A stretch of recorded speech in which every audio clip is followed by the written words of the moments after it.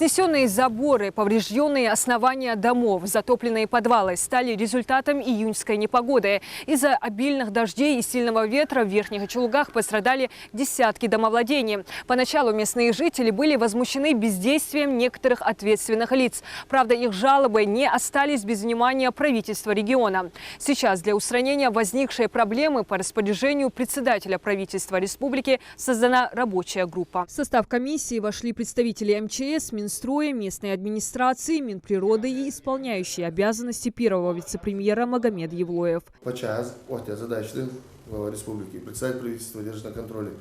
В этой части каждый, кто входит в состав комиссии, чтобы свою задачу выполнял, чтобы нам не приходилось звонить, где вы, почему вы не выехали. Стихийное бедствие коснулось и семьи Алихана Баракиева. От потока ливневых вод с холмов пострадало не только домовладение, но и фермерское хозяйство. После этого селевого потока мы зашли в подсобное свое хозяйство. У меня здесь находится сеновал и погреб. В погребе полная вода была. 1,20 м грязи было. В этой местности Алихан проживает уже более 30 лет. С проблемой затопления участков селевым потоком сталкивается каждый год. Помощи до сих пор не ждал. Над устранением последствий всегда работает сам. Нанимал трактора, КАМАЗы, чтобы увозить. Остатки, выгреб и стоят возле моего дома. Это может. Вчера нанимал людей, выносил. Погреба, про урожай мы вообще ничего не говорим. Там это просто нету его. Толщина покрытия ила где-то сантиметров 40. У нас есть статистика, что погибали люди, но до сих пор внимания к этому не было. Сейчас, благодаря нашему главе республики, эта возможность у нас появилась, что на нас обратили внимание. На место происшествия сегодня выехала правительственная комиссия. Ситуация может повториться еще раз. Главная цель рабочей группы – найти решение для защиты населения от воздействия паводковых вод в будущем. Рабочая группа в течение 2 недель будет рассматривать каждый из вариантов. В итоге комиссия придет к одному исходному варианту, который мы доложим председателю правительства и главе республики. И будем искать финансовые средства для того, чтобы решить эту проблему. Члены рабочей группы на месте предлагают различные выходы из ситуации. Так, МЧС в целях предупреждения чрезвычайных ситуаций считает целесообразным устройство железобетонной дамбы с пропускными коллекторами в количестве 3 штук, строительство ливневых стоков. Такие меры позволят сдерживать до 75 метров дождевых вод и постепенно пропускать этот объем в течение часа.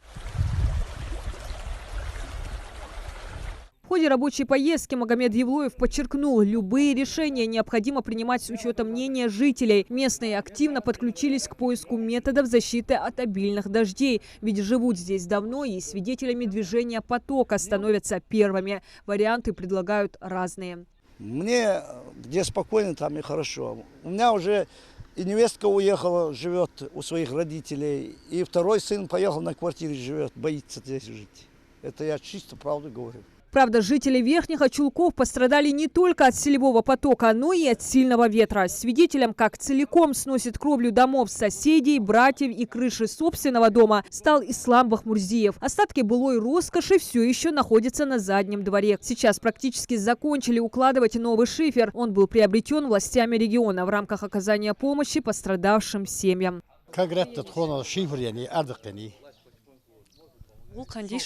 Çok son liste hukuk asıl vakıldı. Havdiyala paça bağdır. Minister Mikael Havyan.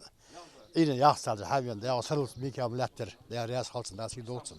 Список пострадавших действительно большой – около 180 человек. Он был составлен по итогам работы комиссии, созданной по поручению главы региона. В ее состав вошли представители местной, районной администрации, депутатского корпуса и работники Минстроя. Ими была произведена оценка полученного ущерба. У сельчан пострадали дома, навесы, хозяйственные постройки. На сегодняшний день уже удалось оказать помощь 60 семьям. По итогам визуального осмотра, подворового обхода, то есть уже учитывались все факторы на местах. К сожалению, конечно, не получилось охватить всех пострадавших, но в первую очередь старались оказать помощь наиболее сильно пострадавшим домовладениям. Помощь была оказана строительный материал, в основном это были пиломатериалы, то есть обрешетка, стропилы и кровельный материал в виде асбестового шифера.